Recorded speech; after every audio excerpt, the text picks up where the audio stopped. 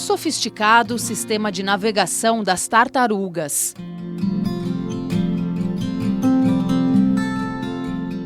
As primeiras tartarugas surgiram na Terra há mais de 200 milhões de anos. Podem viver até 100 anos. Esses répteis da ordem Testudinata ou ordem dos quelônios são conhecidos principalmente pelo seu casco rígido na parte dorsal do corpo. Há uma grande diversidade de espécies no mundo, 250 aquáticas, 60 terrestres e 7 marinhas, 5 delas encontradas no litoral brasileiro. Um novo estudo da Universidade da Carolina do Norte, nos Estados Unidos, amplia o conhecimento sobre esses animais do tempo dos dinossauros. A pesquisa trouxe a primeira evidência prática de que as atuais tartarugas marinhas comuns podem se guiar pelo campo magnético da Terra. Elas aprendem e se lembram das assinaturas magnéticas de diferentes regiões geográficas. É como se tivessem um GPS natural dentro delas. Essa descoberta contribui com o que se sabe sobre como esses répteis migratórios navegam grandes distâncias para alcançar áreas específicas onde encontram comida ou podem se reproduzir. Essa habilidade da tartaruga marinha fazer um mapa de navegação a partir do campo magnético é independente da bússola interna que ela tem. São 2 sistemas de orientação que funcionam de formas diferentes. Um animal curioso, que encanta pela grande capacidade de adaptação aos ambientes naturais.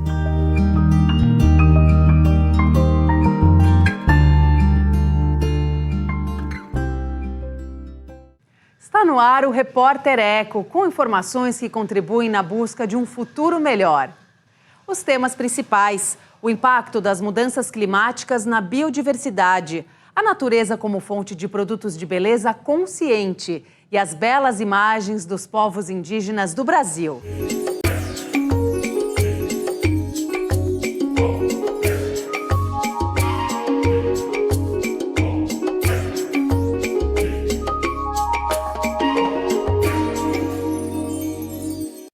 Veja os destaques do programa de hoje. Cientistas estudam como répteis e anfíbios se adaptam à crise climática na 3ª maior ilha fluvial do Brasil. A jornalista e ativista Marcela Rodrigues pesquisa cosméticos para a saúde do corpo e da mente. E Renato Soares lança exposição de fotos no Senac Lapa, em São Paulo, que conta as histórias da sabedoria e da cultura dos povos que vivem em harmonia com as florestas.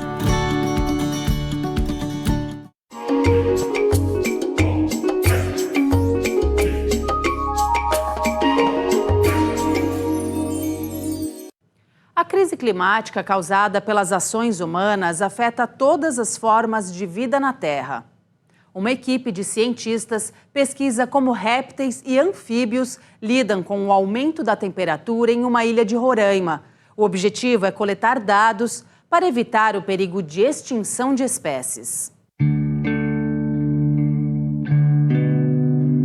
Répteis e anfíbios são essenciais para o equilíbrio de diversos ecossistemas, como florestas, savanas e ambientes aquáticos. Sapos, jacarés, lagartos, entre outros, compõem o grupo de animais chamado de herpetofauna, palavra de origem grega que significa animais rastejantes.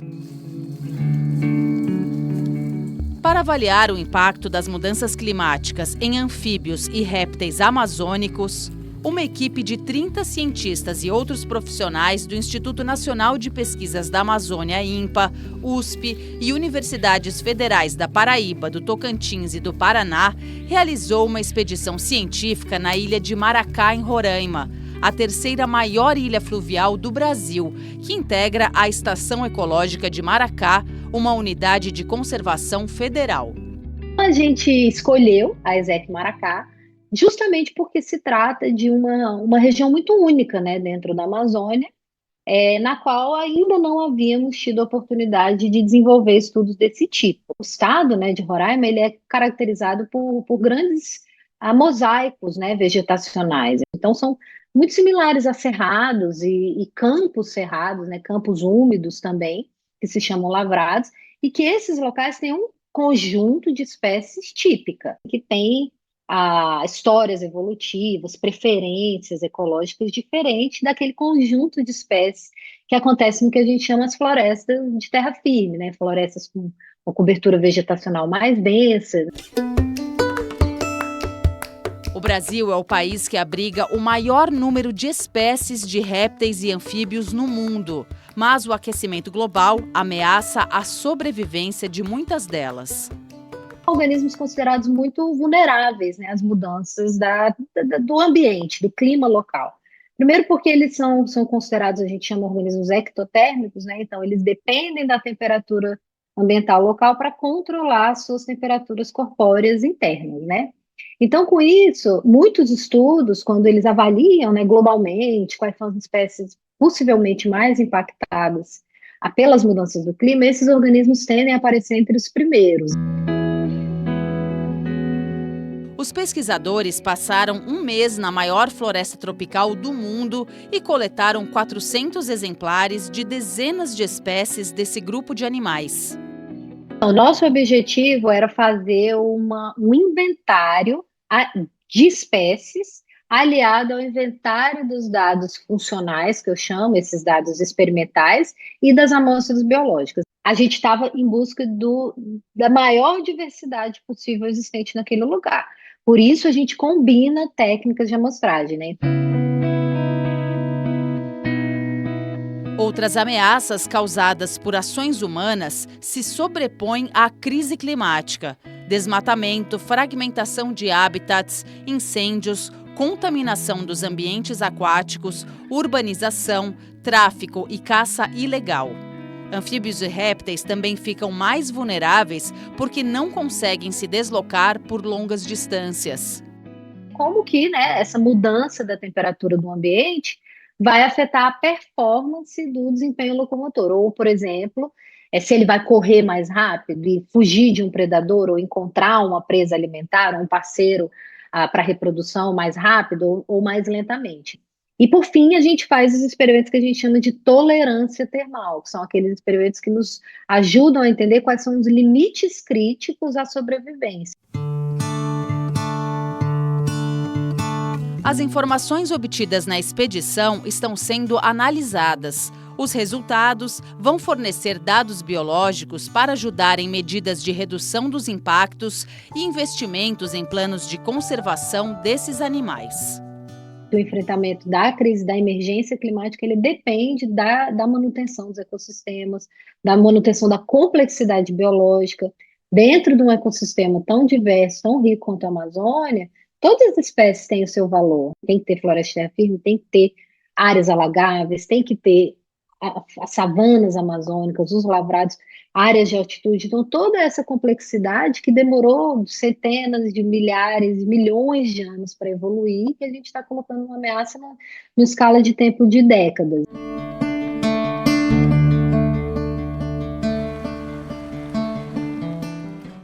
Agora, os principais fatos da área socioambiental. A NASA, Agência Espacial Norte-Americana, refaz cálculos que indicam agora redução no risco do asteroide 2024 YR4 atingir a Terra em 2032.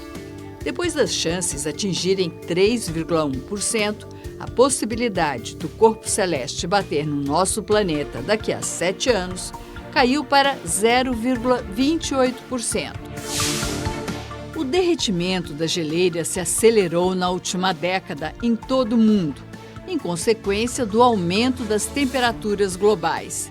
É o que alerta um estudo publicado na revista Nature. O frio e o calor extremos causaram a morte de mais de 143 mil brasileiros em 21 anos. Os dados são de uma pesquisa internacional que teve a participação da meteorologista e médica Micheline Coelho e do patologista Paulo Saldiva. Você acompanha logo mais aqui no Repórter Eco. A beleza consciente é tema das pesquisas da jornalista e ativista Marcela Rodrigues.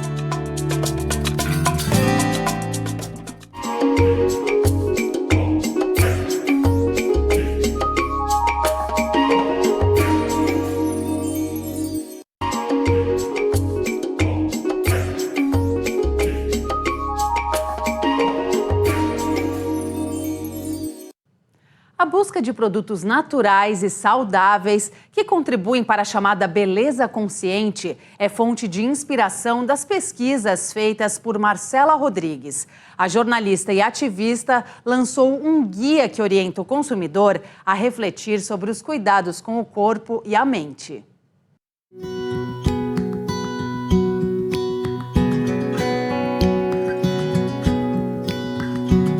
Considerado o maior órgão do corpo humano, a pele é uma barreira protetora contra fatores como radiação e micróbios.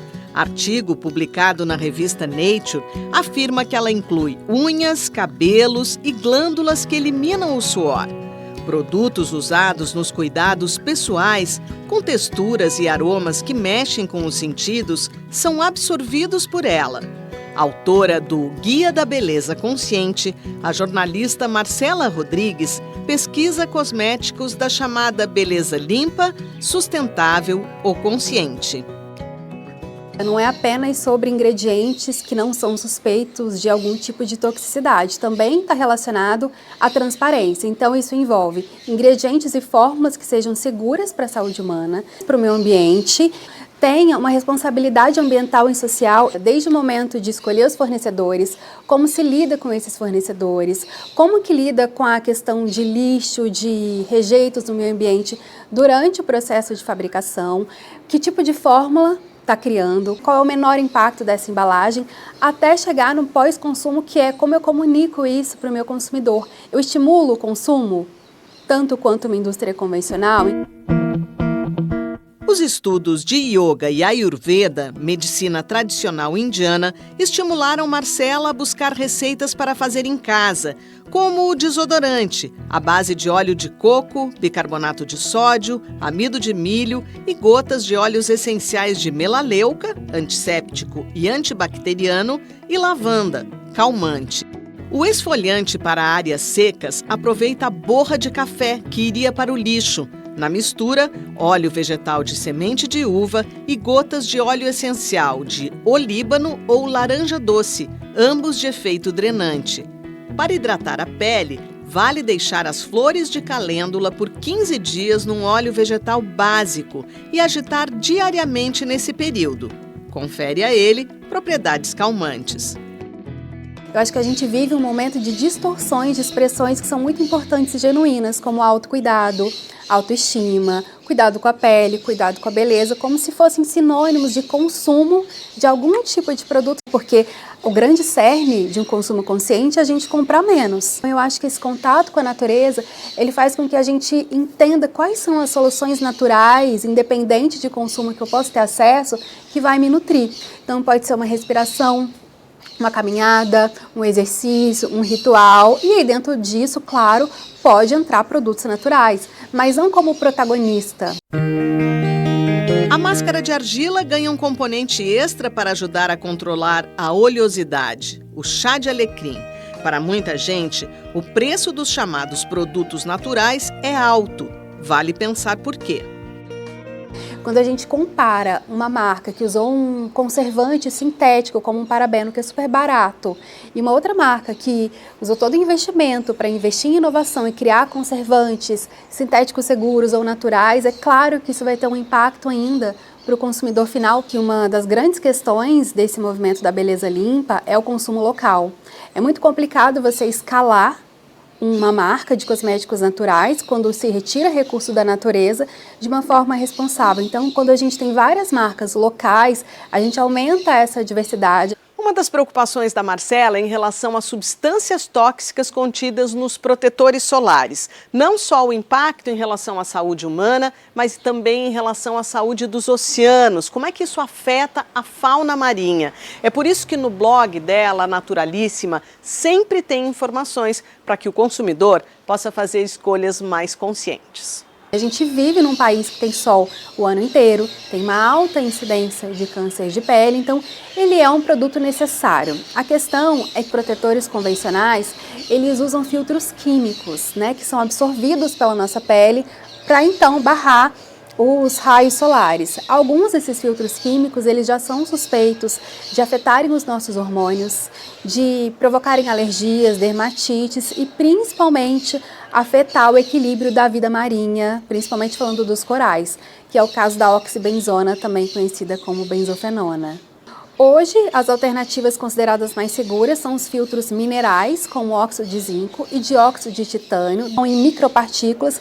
Quando nós passamos na nossa pele, elas não são absorvidas e barram a luz solar só por estarem aqui nessa camada externa.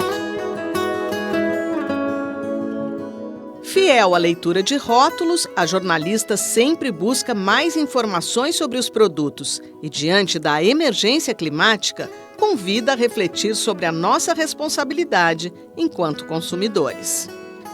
É uma poluição invisível que dia a dia a gente vai trazendo para dentro da nossa casa, vai deixando escorrer pelo ralo e está usando o nosso poder de consumo, o nosso privilégio de consumo para apoiar grandes corporações que dominam todo esse mercado de consumo e são muito poluentes, né? Eu tenho até uma hashtag que eu gosto de brincar, é que não parece, mas isso também é skincare. E aí eu tô falando de respiração, de consumir antioxidantes, não que vem dentro dos potinhos cosméticos, mas os alimentos de cores vermelhas, açaí, me movimentar, cuidar do meu estresse, dormir bem. Isso tudo vai reverberar no que a gente tanto busca, que é uma pele boa, por exemplo, e vai fazer com que eu dependa de menos produtos, né? Porque um cosmético, ele não vai fazer milagre. A beleza limpa e o consumo consciente não vão salvar o mundo, mas acho que fazem parte aí desse estilo de vida mais engajado que a gente tenta praticar.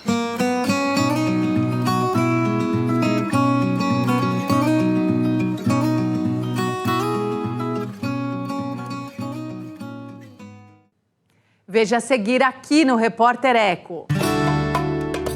Em nova exposição na cidade de São Paulo, o fotógrafo Renato Soares reúne imagens que contam histórias sobre a sabedoria ancestral e a cultura dos povos indígenas do Brasil.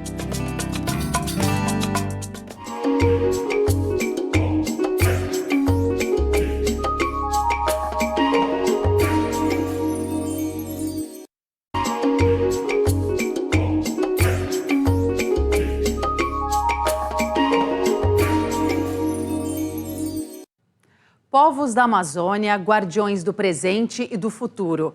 É o título da nova exposição de Renato Soares. O fotógrafo conviveu com os indígenas durante mais de 30 anos. A mostra, em cartaz no Senac Lapa, na capital paulista, reúne imagens que revelam a sabedoria e o respeito pela natureza dos povos que convivem em harmonia com as florestas.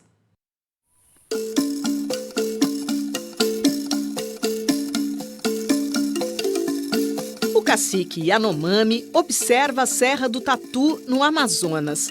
A menina brinca com borboletas às margens do rio Tuatuari, na terra indígena Xingu, Mato Grosso. As miçangas coloridas adornam o corpo do jovem Caiapó, no Pará.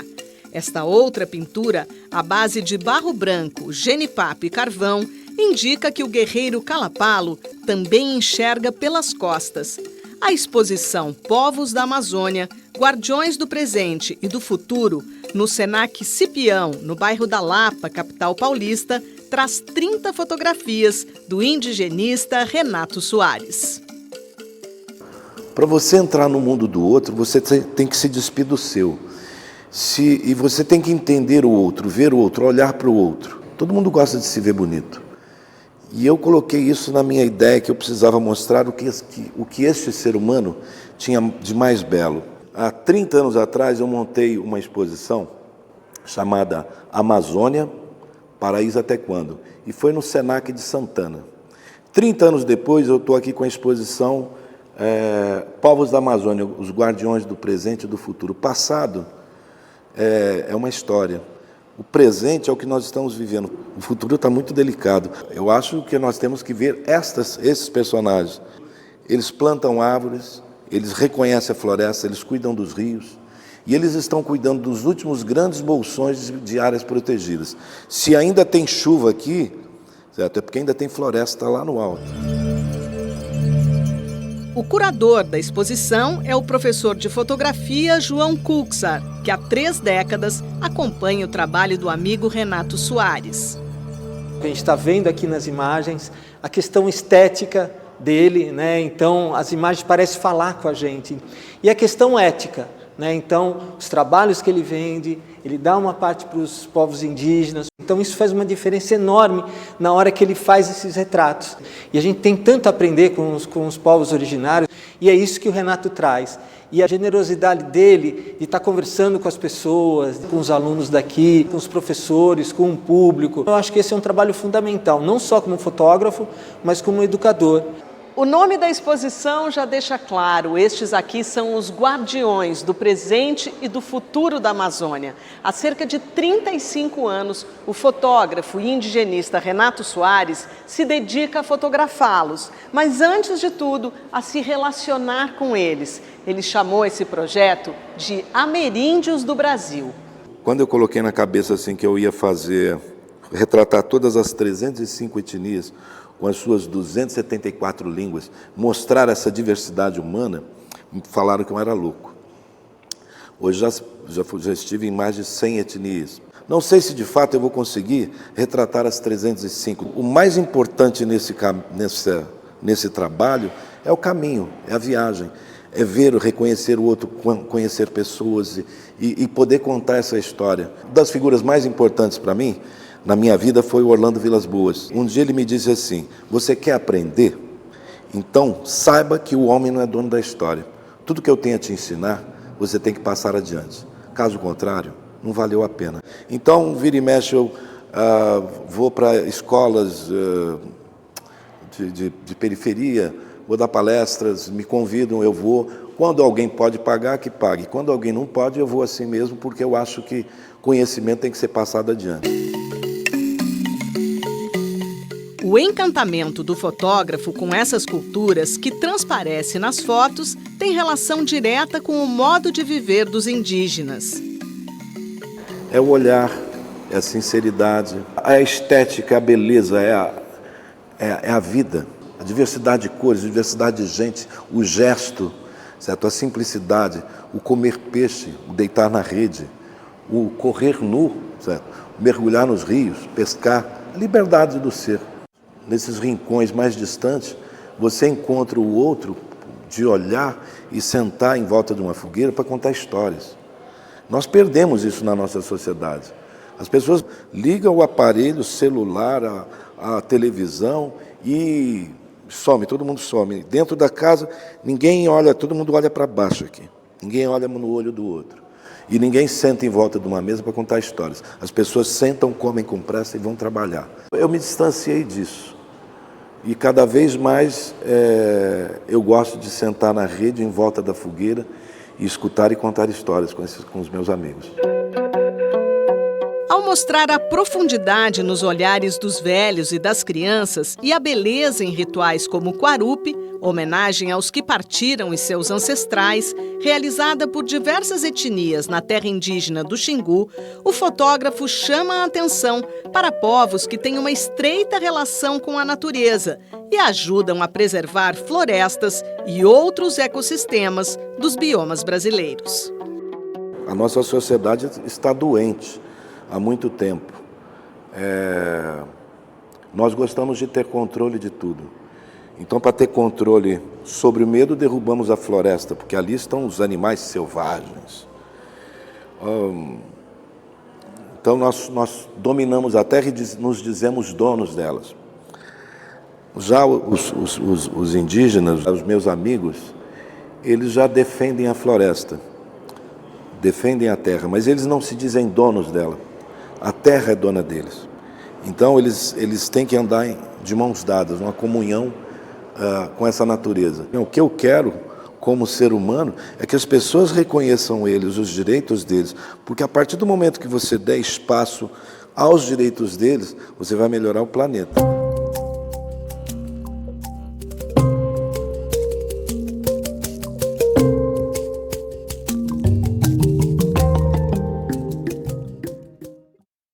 Termina aqui o Repórter Eco de hoje, mas você já sabe, a gente se encontra no próximo programa com mais projetos, ações e pesquisas por um mundo melhor e mais digno para todas as formas de vida na Terra. Até lá!